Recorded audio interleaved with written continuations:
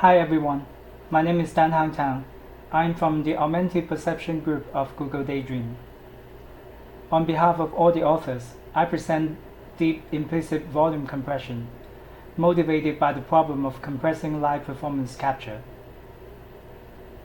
So what is live performance capture? As you can see in this video, a subject is being reconstructed into 3D models by this capturing rig.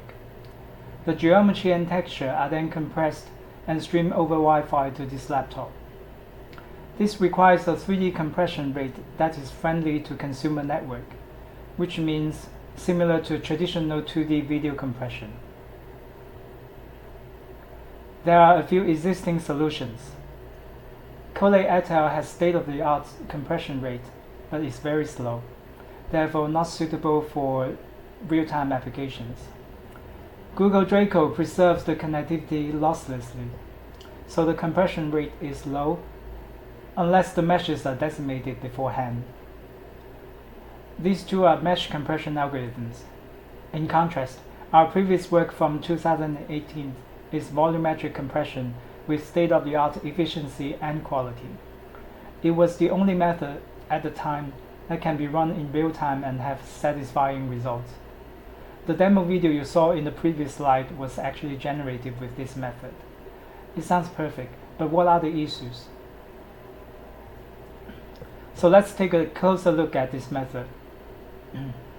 On the sender side, it first extracts the occupied blocks from a 3D volume, and then a linear PCA reduces the dimensions of the data in a lossy way. After that, an entropy encoder will quantize and further compress the data into a bit code for transmission. The receiver side is a reverse order of that. Meanwhile, the RGB camera data are compressed and streamed using video codec, such that we will have texture ashes in the end. So the first problem of this is a linear projection may not be the best way to reduce the data dimension. And secondly, the dimension reduction part and the entropy encoder are not jointly optimized to have the best rate distortion trade-off. Also, the method compresses raw RGB camera streams for texture, which does not scale well with more cameras. To give you an idea, one of the datasets that we tested on has 58 sets of RGBD cameras. Obviously, this method will have a problem compressing the color part of that dataset. Another issue is because the algorithm compresses each block independently. When the bitrate is set to too low, we can see discontinued block artifacts. And here is an extreme case when we set the bitrate really low. Of course, we can smooth it in post-processing, but that's usually slow and we sacrifice details. So how do we address all these issues? In this paper, we provide a complete solution to compress both the geometry and the texture. For geometry, we use a deep end-to-end optimized model, jointly trained for optimal rate distortion trade-off. For texture, we develop a temporally consistent UV parameterization method, which can be naturally integrated with our geometry compression pipeline. We follow the strategy of our previous work, divide the volume into small blocks, and only deal with blocks that are occupied by the surface. Similar strategy has been used in other problems of CVPR this year. Our geometry compression pipeline was inspired by the marching cubes, which can convert a signed distance field into a triangle surface. And here's a 2D toy example. Think of it as a slice taken out of a 3D volume, where each corner is a voxel that contains a signed distance to the surface. The marching cubes algorithm first looks at the signs of the voxels and figures out the occupancy based on sign changes. Then you calculate where exactly the surface intersects with the grid using the magnitudes. Note that the signs are binary while the magnitudes are real numbers. This inspired us to compress the signs losslessly but magnitudes in a lossy way.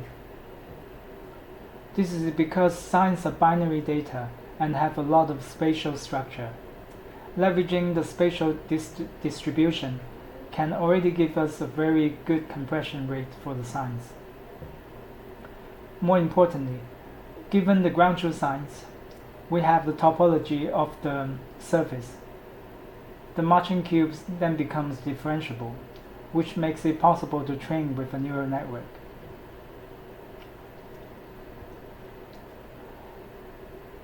And this is our geometry compression pipeline, which contains a sign branch and a magnitude branch. Magnitudes are compressed lossily in the form of latent code z hat, while the signs are compressed losslessly using the conditional distribution P, which allows us to capture the spatial structure to better compress the signs. Note that the decoder D needs to be run at the sender and the receiver side to ensure the sign arithmetic coders on both sides using the same probability. Here you can see a typical rate distortion loss function for a general compression problem, where lambda is a way to control the rate and distortion trade-off. In our case, to train the whole process end-to-end, the loss function actually contains a distortion term as well as two rate terms for magnitudes and signs respectively. The distortion term measures the reconstruction quality. In particular, it measures the L2 difference of SDF values between ground truth and reconstruction. Since we only care about the voxels near the surface, a focal loss on the occupied cells can be constructed with the ground truth occupancy. Moreover, since the signs are losslessly compressed, on the receiver side, we have the ground truth occupancy, which brings us an extra benefit to lower the reconstruction error. Let me show you with a 2D toy example. So here, the ground truth surface is in green, and the reconstructed surface is in red. On the left, without the ground truth occupancy, one can only hope that the reconstructed surface is close to the ground truth, but there is no guarantee. In the middle figure, with the ground truth occupancy provided by the losslessly compressed signs, the reconstructed surface is guaranteed to be inside the same cells as the ground truth surface. Therefore, the maximum reconstruction error is bounded by the size of the voxel, as you can see quantitatively on the right. And this example shows us how using ground truth signs during inference will also help us with block artifacts.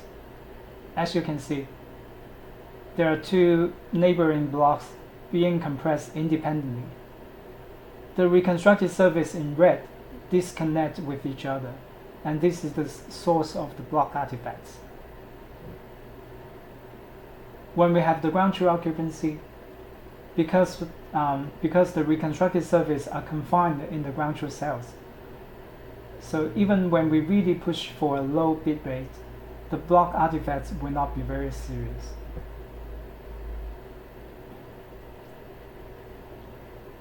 This video shows that by tweaking lambda, we can control the rate distortion trade-off. Obviously, lower bit rate means lower quality, but we can also see that with a bit rate that is like orders of magnitude smaller than the original mesh, our method already achieves similar quality.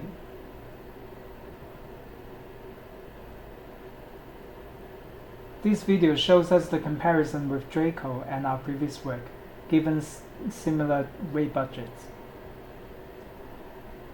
For Draco to be able to achieve the same compression rate, we need to decimate the meshes, and as a result, lose mesh quality.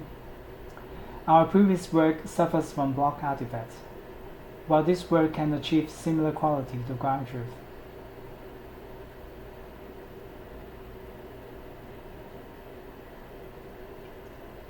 About texture compression, an intuitive way is to convert the volumes to meshes with marching cubes, generate UV parameterization, and then compress the UV maps with a modern video compressor.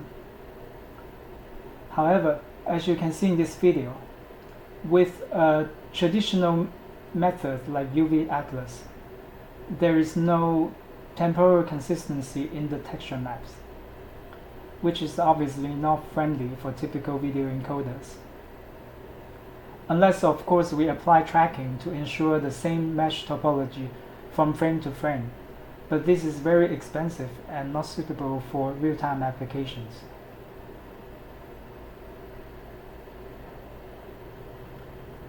To address this issue, we then designed a novel but simple texture parameterization method, which naturally combines with our geometry compression pipeline.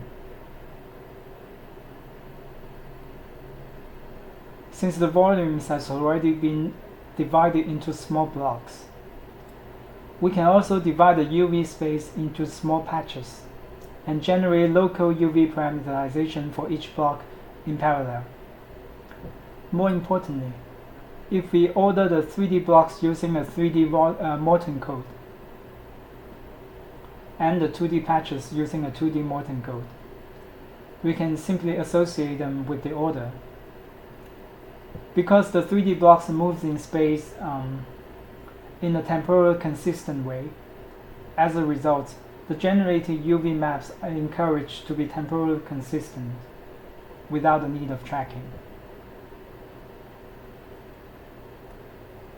Another benefit of our texture compression method is there is no need to compress and stream the UV coordinates.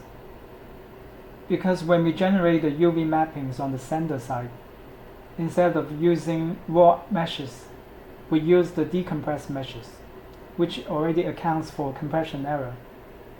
Besides, the whole parameterization and packing process is deterministic. This means we can just regenerate the UV coordinates on the receiver side, and they will be exactly the same as the sender side. Therefore, there is no need to compress and stream them. This video shows that our texture maps are more temporally consistent and have similar rendering quality with UV Atlas. Because of this, when compressed with H.264, our video is actually smaller.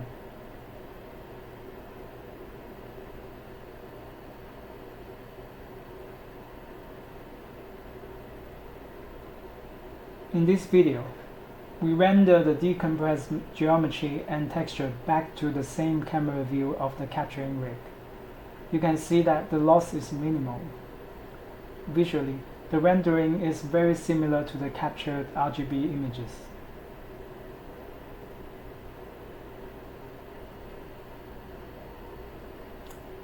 To conclude, we propose a unified end-to-end trained solutions for both geometry and texture. For geometry, the neural network and entropy encoder are jointly optimized, and the losslessly compressed signs provide upper bounds for reconstruction error. For texture, our method encourages temporal consistency without tracking, and there is no need to compress and stream UV coordinates. Our method achieves state-of-the-art performance. Thank you for your attention.